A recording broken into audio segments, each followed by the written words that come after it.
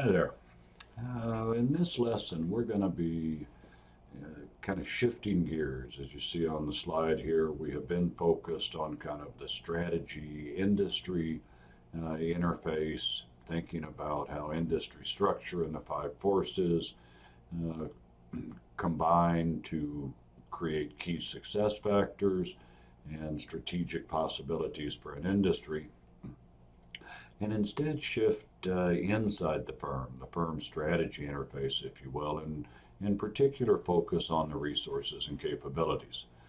If we're going to do that, it's probably helpful to have a little context of how both the academic literature, business practice, and the popular business press and consulting world have kind of evolved on these topics over time. We go back to Michael Porter and his five forces and his generic strategies, very much an industrial organization economics view, an industry as dominant view. Through the 80s into the 90s, uh, had kind of a so what, if you will, view on resources and capabilities. Maybe I can show it this way.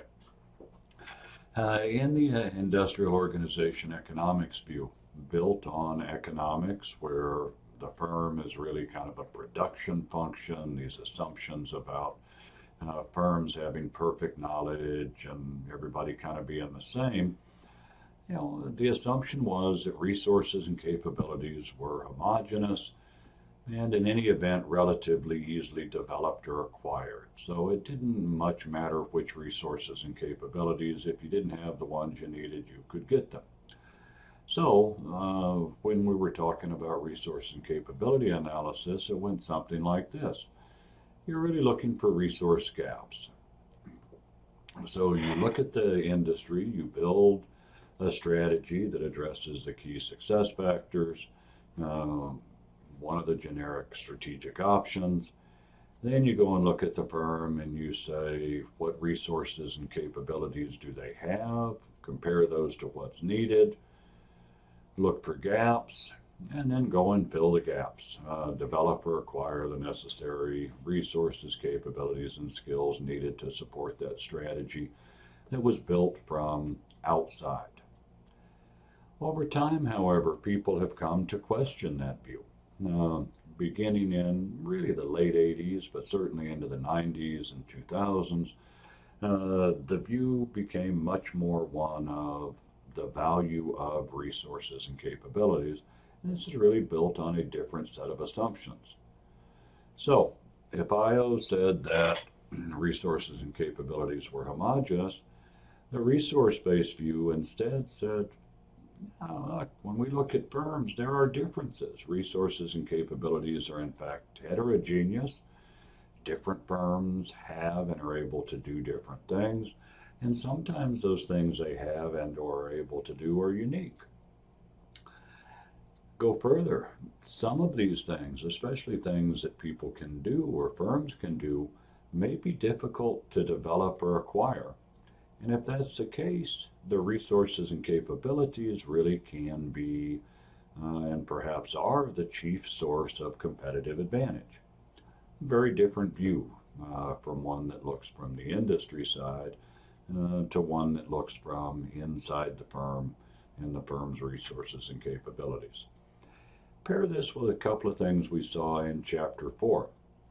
The ongoing analysis of industries versus firm effects. While early work of Schmalensee seemed to suggest that industry effects played a more predominant role, work since then has emphasized much more firm effects. Some industry, how much varies depending study to study, but kind of all of them show that the firm does matter. And what really matters with the firm are the resources and capabilities. Take that a step further. Also from Chapter 4, we looked at the notion of competition as a dynamic process.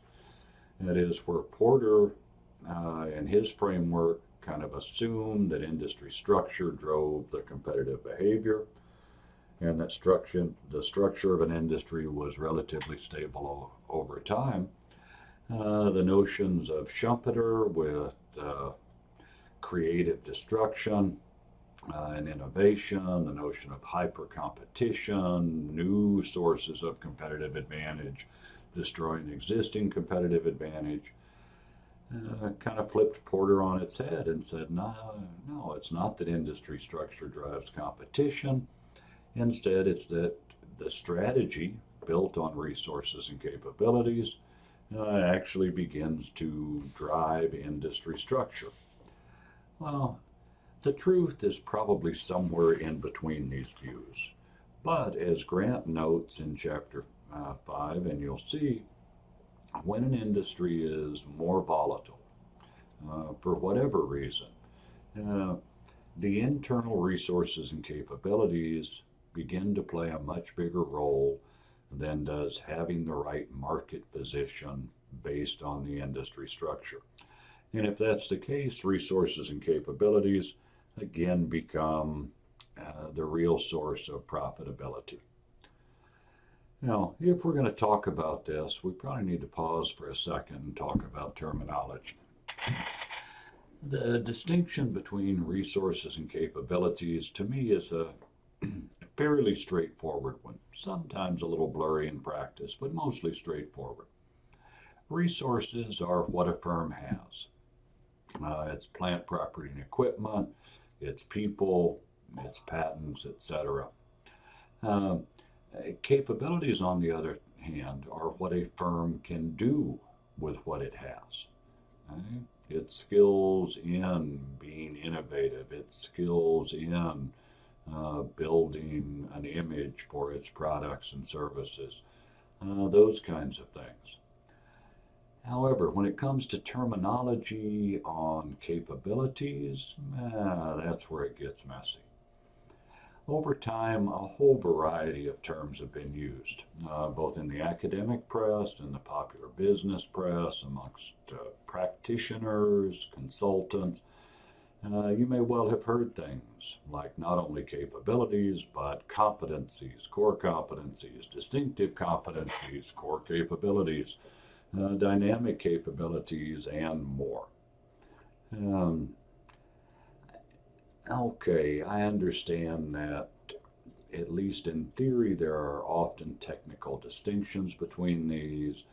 Depending on who is talking about them, they may build one onto the other, but depending on who's talking about them, they may use them in different ways, and it can often be hard to know when you've shifted from one category to another.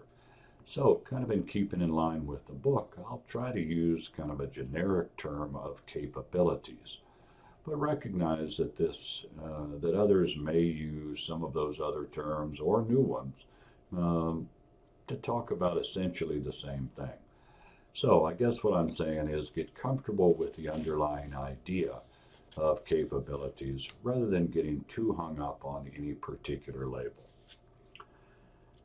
That said, let me place one more thing kind of in your heads before you turn to the readings. When it comes to thinking about resources and capabilities as a source of competitive advantage, really talking about the profit earning potential of a resource or capability. And you'll see as you go through the chapter that it depends on several things. First, the question is how much? What's the extent of the competitive advantage that is established? This in turn depends on a couple of things. Its scarcity, whether other firms have it or can do it, and its relevance. What can you do with this thing, and does the market care? Is there value? Can you turn it into something that is valuable in the marketplace? Next, you got to think about, is this sustainable over any period of time? Again, in the book, you'll see this depends on several things. One is the durability. Does this last? Perhaps more important are the transferability and replicability.